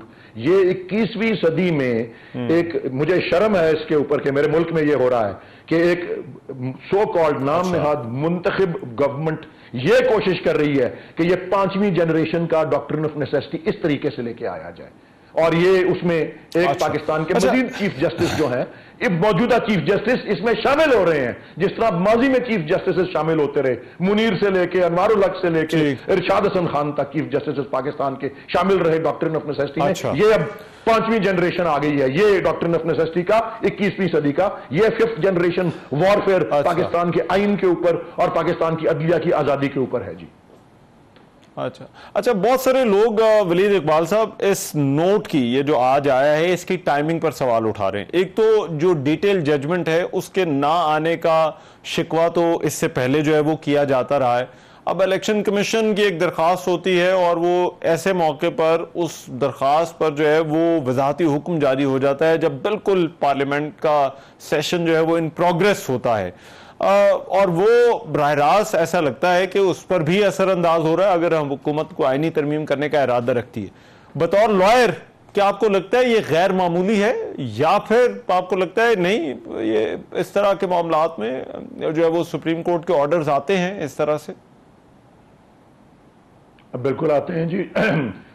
खासतौर पे जब 8 जजेस का सिलसिला हो और उन 8 के 8 ने एक ऑर्डर के ऊपर इत्तेफाक करना हो और ये एक मुत्तफिका फैसला है, इसमें इख्तलाफ नहीं है, तो एक तो उसमें वक्त भी लगता है और दूसरा ये है कि अभी हाल ही में सुप्रीम कोर्ट में छुट्टियां भी थी जज साहिबान मुख्तलिफ मकामात पे और उनको भी थोड़ा सा ये डिजर्व करते हैं कि वो ज़ाहिर है जजेस ऐसे हैं जिनसे हम इख्तलाफ भी करते हैं, जिनसे हम इत्तेफाक भी करते हैं, लेकिन है तो सारे अपना काम करने वाले अफराद जो दिन रात काम करते हैं, तो जो डिजर्व करते हैं वो छुट्टी भी करें। तो बीच में छुट्टियां भी रहीं और फिर 8 जजेस ने इसको जो था वो इत्तेफाक भी करना था, उनको सर्कुलेट भी होना था। तो ये तो मेरे नज़दीक कोई गैर मामूली बात नहीं है, लेकिन टाइमिंग जो मुसलसल रही है वो गवर्नमेंट के इकदामात की, इलेक्शन कमीशन के इकदामात की टाइमिंग का सवाल अगर आप करते हैं तो ये नहीं आप सवाल उठाते कि 8 फरवरी को इलेक्शन होना था और 13 जनवरी को उस हमारा सिंबल हमसे छीना गया जो था सुप्रीम कोर्ट के एक फैसले के जरिए, जिस पर दुनिया भर में तनकीद हुई है। और ये जो बरतानवी हाई कमिश्नर ने जब उस पर तकरीर की तो पाकिस्तान के चीफ जस्टिस उसके ऊपर पिल पड़े, हालांकि उनका काम भी नहीं है ये करना, खत लिखा उठा के बरतानवी हुकूमत को। भाई आपका क्या काम है कि किसी फॉरेन एनवाई के ऊपर आप फॉरेन ऑफिस का काम है। आप ये नजर आता है ना कि किस तरह लाइंस जो है ब्लर हुई हैं ट्राइकोटमी ऑफ पावर्स की। और आप टाइमिंग देखें, टाइमिंग देखें कि मियां नवाज शरीफ को कैसे कैसे रिलीफ मिलनी शुरू हुई, कि टाइमिंग देखें, उस फैसले की टाइमिंग देखें जिसके अंदर ये जो ताहयात डिस्क्वालिफिकेशन है वो जब आई, मेरे पे सवाल पूछा गया था, मैं तो उसके हक में था कि ताहयात डिस्क्वालिफिकेशन नहीं होनी चाहिए, ये एक एक्सेसिव फैसला था। मैं बड़े अरसे से, बड़े सालों से ये पब्लिक फोरम्स पे कहता रहा हूं, लेकिन मैंने टाइमिंग पे सवाल उठाया। तो टाइमिंग पे सवाल उठाना है तो भरमार है फैसलों की कि उठाया जाए, इसके ऊपर फैसला इस पे उठाना जो है वो मैं नहीं समझता मुनासिब है। ये मेरी राय है जी। राइट, ठीक है, बहुत शुक्रिया। वलीद इकबाल साहब हमारे साथ मौजूद है, तहरीक इंसाफ के senator.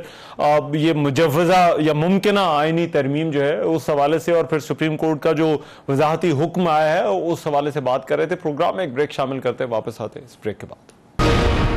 Welcome back after the break. मुमकिना तौर पर हुकूमत आईनी तरमीम करना चाहती है जिसका ताल्लुक अदलिया के हवाले से है। अदलिया और हुकूमत के दरमियान ना सिर्फ हुकूमत के इस दौर में बल्कि इससे पहले जो पीडीएम का दौर था उसमें भी एक टेंशन देखी गई थी। ऑल्दो उस वक्त जो है वो चीफ जस्टिस उमर अता बंदयाल थे, लेकिन जस्टिस काजी फाइज ईसा के आने के बाद तवक्को ये की जा रही थी कि हुकूमत और पार्लिमान के जो अदलिया के साथ ताल्लुकात हैं उनमें यकीनी तौर पर जो है वो बेहतरी देखी जाएगी। लेकिन इसके बावजूद सुप्रीम कोर्ट के अंदर जो है वो एक तकसीम का तासुर उभरता आया और फिर उसके बाद हमने देखा कि एक नए तरह से तनाव जो है वो हुकूमत और जिसमें पार्लिमान एक तरफ थी और दूसरी तरफ जो है वो अदलिया बतौर अदारा थी वो देखा गया। मुख्तलिफ इशूज से, मुख्तलिफ केसेस थे जिनके हवाले से बात होती रही, तकारीर भी हुई, पार्लिमान के अंदर भी हुई,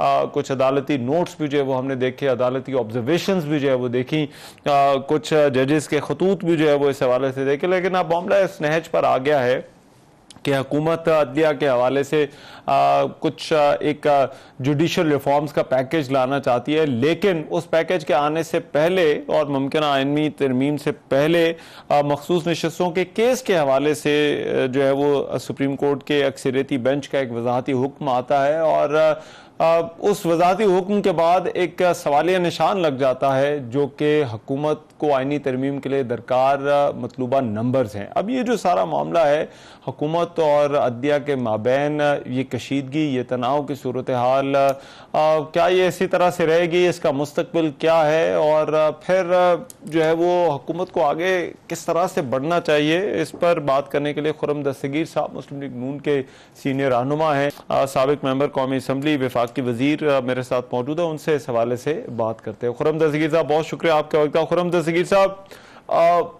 ये जो एक टेंशन इस वक्त देखी जा रही है मुमकिन आईनी तरमीम के हवाले से अदलिया और हुकूमत के दरमियान और इस ये वजाहती ऑर्डर या वजाहती नोट का जो है वो आना, क्या आपको लगता है ये सारे मामले पर जो हुकूमत और अदलिया के ताल्लुकात है किस तरह से असरअंदाज हो रहा है?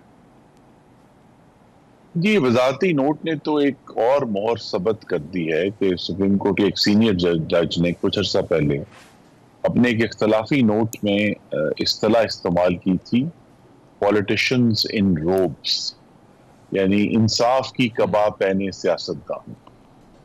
तो आज भी जो वजाहत आई है वो पॉलिटिशियंस इन रोब्स उसकी बेहतरीन तौजी है, क्योंकि उसमें अगर आप उसको पढ़ें उसमें एक नया इस्तेलाह आ गई है कि जी डी जोरे, यानी कानून में जो भी लिखा हो लेकिन डी फैक्टो जो हम चाहेंगे वो हो जाएगा, तो हम ये चाहते हैं।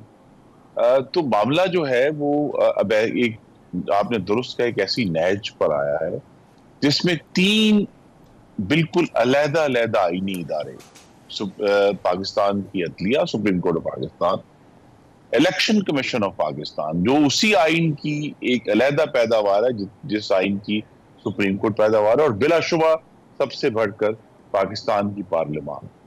तो तीनों का अपना अपना आईनी एक हदूद है जिनमें तजावुज होती रहती है, लेकिन जो अगर हुकूमत इस मामले को वाकई हल करना चाहती है तो फिर जो पार्लियामान का इस्तेकाक है, जो तो पूरी रियासत में से पार्लियामान के पास है कि वो अपनी अथॉरिटी बराह रास्त पाकिस्तान के शहरियों से ड्रॉ करती है, सिटीजन से ड्रॉ करती है। तो लिहाजा उनको अपने इस्तेकाक पर अमल करते हुए जो पार्लियामान की खुद मुख्तारी है कानून साजी की और आइन साजी की, उसको इस्तेमाल करते हुए आगे बढ़ना चाहिए।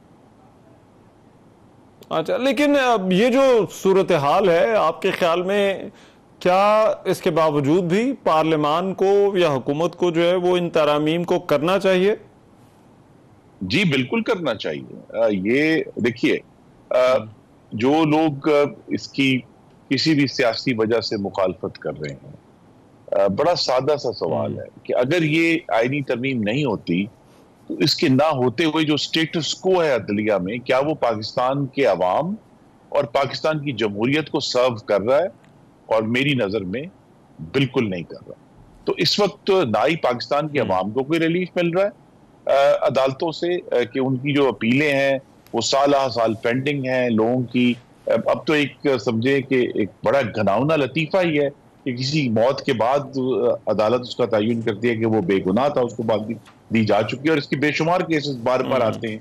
तो वहां जो एक बहुत बड़ा इशू है, और सिर्फ सुप्रीम कोर्ट में नहीं है, वो सेशन कोर्ट में भी है, वो हाई कोर्ट में भी है, कि उतनी जो पेंडेंसी है उसका क्या हल है, और लोगों की जिंदगियां जो हैं वो तबाह हो जाती हैं अदालतों से इंसाफ लेते हुए, वो नहीं हो रहा। दूसरा इशू ये है कि जो आईनी केसेस हैं, क्या उसमें पाकिस्तान की जो अदलिया है वो आइन और कानून पे जमहूरियत का तहफ़्फ़ुज़ कर रही है या जमहूरियत को अंडरमाइन कर रही है? तो ये जो तमाम, अभी हमने रिजर्व सीट्स का केस देखा, लेकिन मैं याद कराऊंगा 2 साल पहले जो फैसला पंजाब असेंबली के बारे में 63A के बारे में आया था, जिसमें सुप्रीम कोर्ट ने चंद हफ्तों में अपने ही दिया हुए फैसले को उल्ट कर पंजाब असेंबली में हुकूमत उल्टा दी। तो जब इस तरह के फैसले बार बार आएंगे और एक जमात की तरफ वादे झुकाओ पीटीआई की तरफ उनका नजर आएगा, तो फिर अदलिया के ऊपर भी बहुत गंभीर सवालात हैं।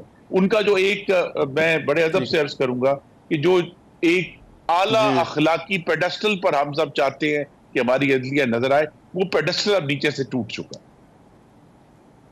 अच्छा, लेकिन अब देखिए, आईनी तरामीम का मामला जब आता है, पार्लियामान या किसी भी हुकूमत की कोशिश होती है कि कंसेंसस के साथ मामलात हल हो। अगरचे ऑपोजिशन मुखालफत कर सकती है, लेकिन अभी ऐसा लगता है कि ऑपोजिशन की भी मुखालफत है, इल्ज़ामात भी बहुत हैं, एक धमा चौकड़ी मची हुई है इन आईनी तरामीम को लेकर, और हुकूमत किसी न किसी तरह से और हर हरबा इस्तेमाल करके अपना नंबर जो है वो पूरा करना चाहती है। फिर ये अदलिया की तरफ से भी जो एक जो है वो नोट जो है वो आ गया, तो ऐसा लगता है कि शायद अदलिया भी अपने हवाले से होने वाली इन रिफॉर्म्स के कोई बहुत ज़्यादा जो है वो उनके हक में नहीं है। तो इस सब के बावजूद भी आईनी तरमीम आपको लगता है कि हुकूमत करनी चाहिए या इसके साथ जाना चाहिए अभी भी?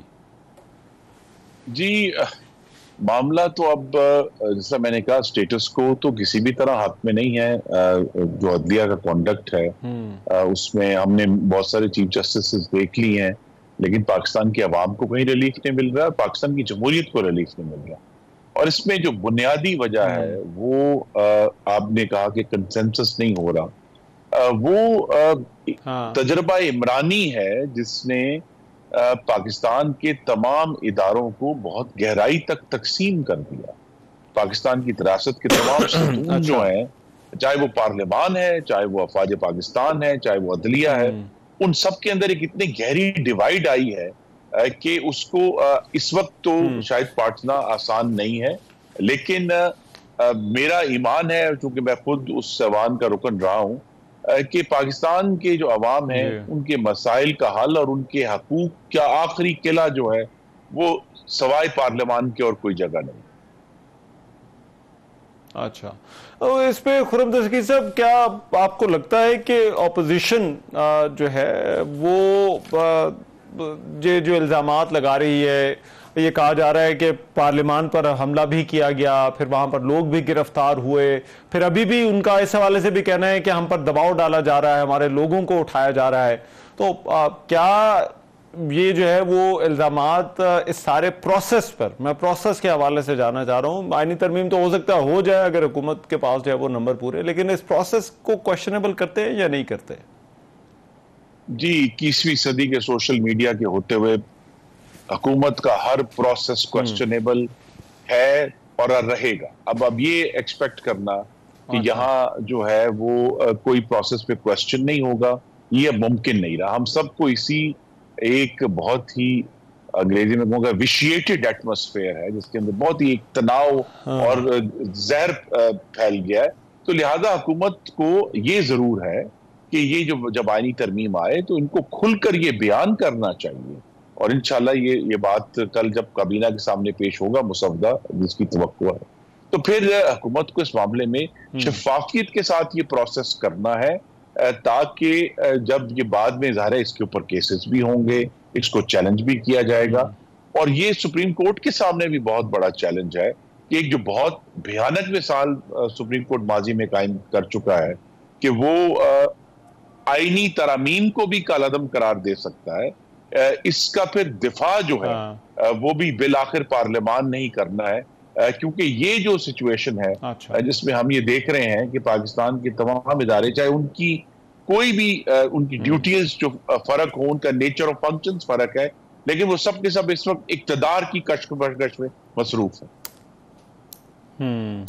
लेकिन अब ये जो एक जो कोऑर्डिनेशन होनी चाहिए या एक हार्मनी होनी चाहिए मुकन्ना लेजिस्लेचर, एग्जीक्यूटिव और अदलिया के दरमियान, कहीं ना कहीं ऐसा लगता है कि जैसे एक टेंशन जो है वो पार्लियामान और अदलिया के दरमियान रही है, और फिर अब क्योंकि जो अभी इस वक्त सुप्रीम कोर्ट के अंदर जिस तकसीम का जिक्र होता है, वो चाहे चीफ जस्टिस कोई भी आ जाए, लेकिन वो हुकूमत और उन जजेस के हवाले से और पार्लियामान और उन जजेस के हवाले से वो टेंशन बार तौर पर मौजूद रहेगी जब तक ये हुकूमत और पार्लियामान रहती है।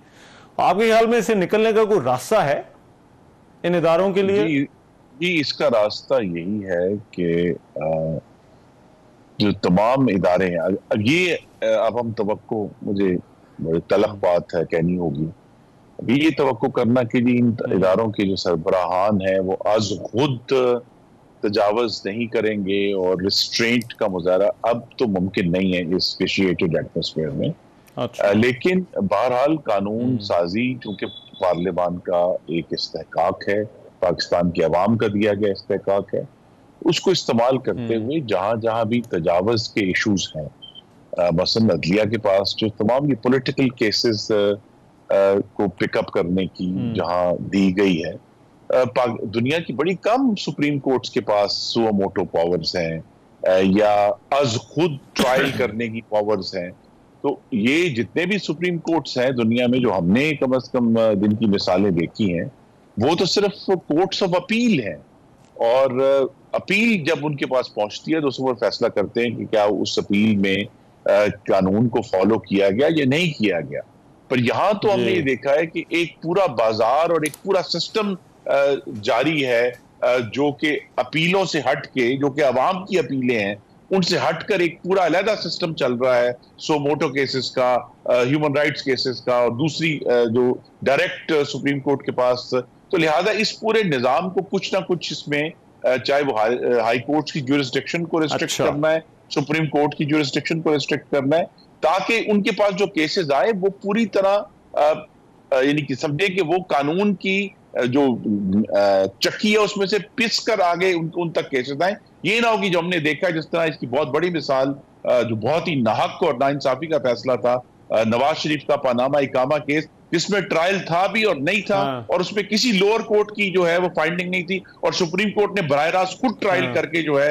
तो लिहाजा ये जो एक टेंडेंसी है सुप्रीम कोर्ट में कि अपने इख्तियारात को आज खुद वो वसी करते जा रहे हैं और पार्लियामान के इख्तियारात महदूद कर रहे हैं। तो पार्लियामान को भी अपने इख्तियारात के तहफ़्फ़ुज़ के लिए बिल आखिर इस फील्ड में आना होगा। अभी तक पार्लियामान जो है वो अपने इख्तियारात के तहफ़्फ़ुज़ के लिए सामने नहीं आई। ठीक है, राइट, बहुत शुक्रिया। खुर्रम दस्तगीर साहब हमारे साथ मौजूद थे, मुस्लिम लीग नून के सीनियर रहनुमा, और वो बात कर रहे थे जो अदलिया और इस वक्त पार्लियामान और हुकूमत के दरमियान मामलात है। प्रोग्राम में भी एक ब्रेक शामिल करते हैं, वापस आते हैं इस ब्रेक के बाद।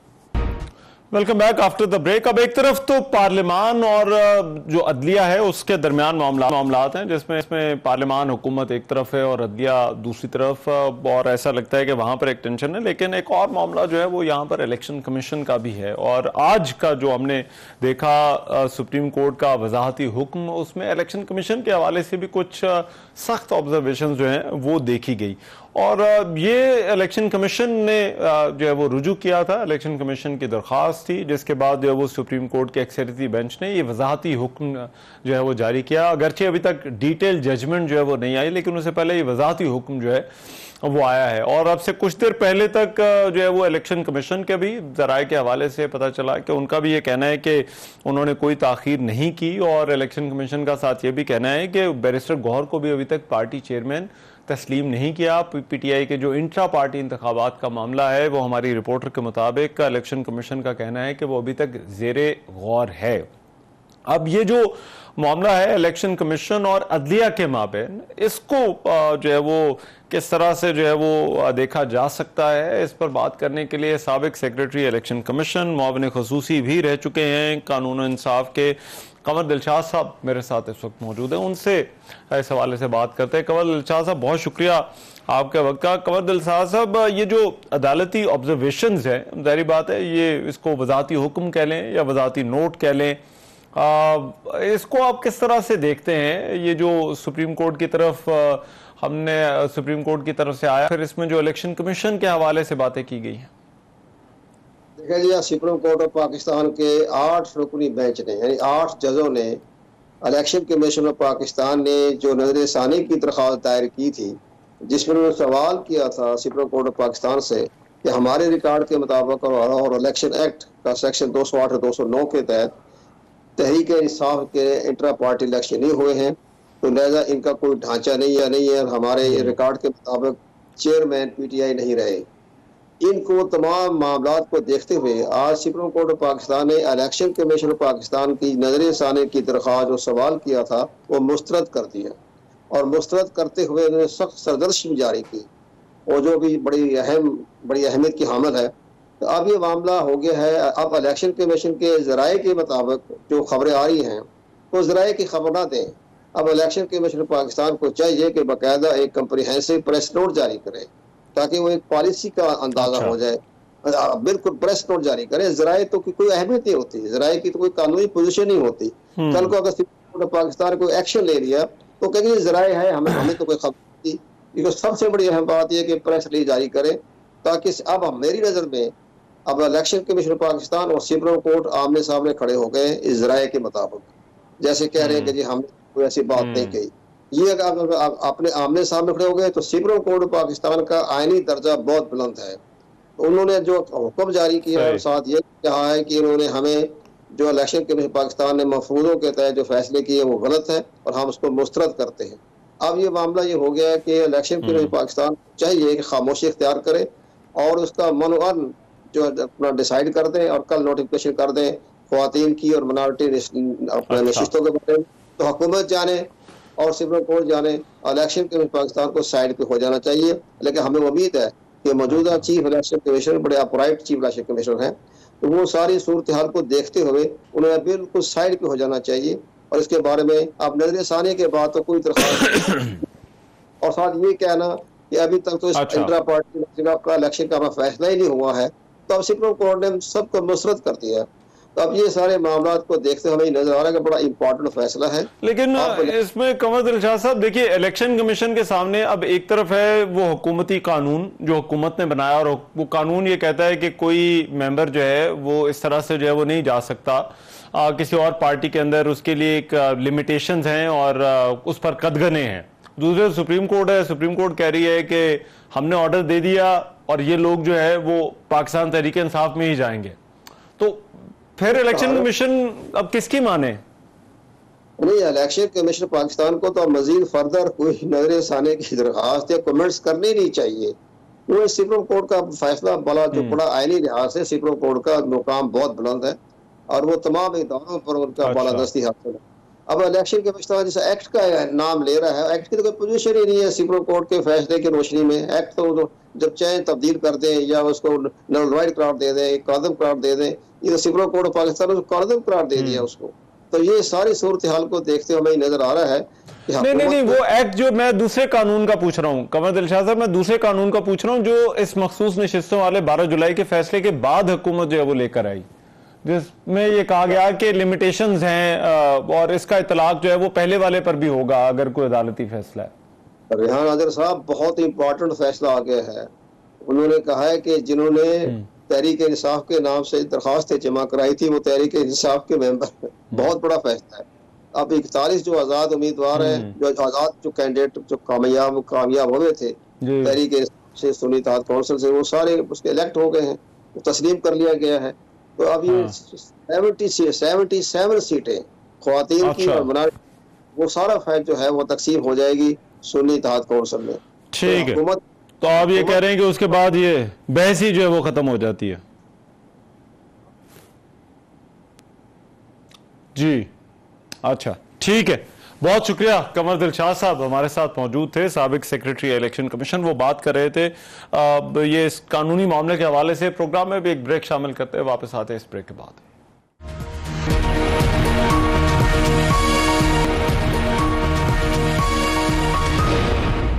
Welcome back after the break. आईनी तरमीम होगी या नहीं, ये सस्पेंस अभी तक बरकरार है। हुकूमत हर तरह से तैयार नजर आ रही थी और हुकूमत के कुछ वज़रा का ये दावा था कि हुकूमत के पास नंबर्स भी पूरे हो गए हैं और इसीलिए जो है वो इजलास भी बुलाया गया और इन अशाइयों का और इस तमाम जो है वो जो इस वक्त सियासी सरगर्मियाँ हो रही थी उनका एहतमाम भी किया गया। लेकिन ये जो वजाहती नोट एक आया है, वजाहती ऑर्डर सुप्रीम कोर्ट के अक्सरियती बेंच का, ऐसा लगता है कि इसने हुकूमत के लिए एक और मुश्किल जो है वो खड़ी कर दी है इस आईनी तरमीम की राह में। अब हुकूमत इस रुकावट को दूर कर पाती है या नहीं, ये देखना होगा। क्या इसके बावजूद हुकूमत आईनी तरमीम करने का जो है वो बदसूर इरादा रखती है और ये जो बिल जो है वो असम्बली में आता है या नहीं, ये मेरा ख्याल है देखना होगा। इजलास के हवाले से भी इतलात है कि ये कल भी जो है वो जारी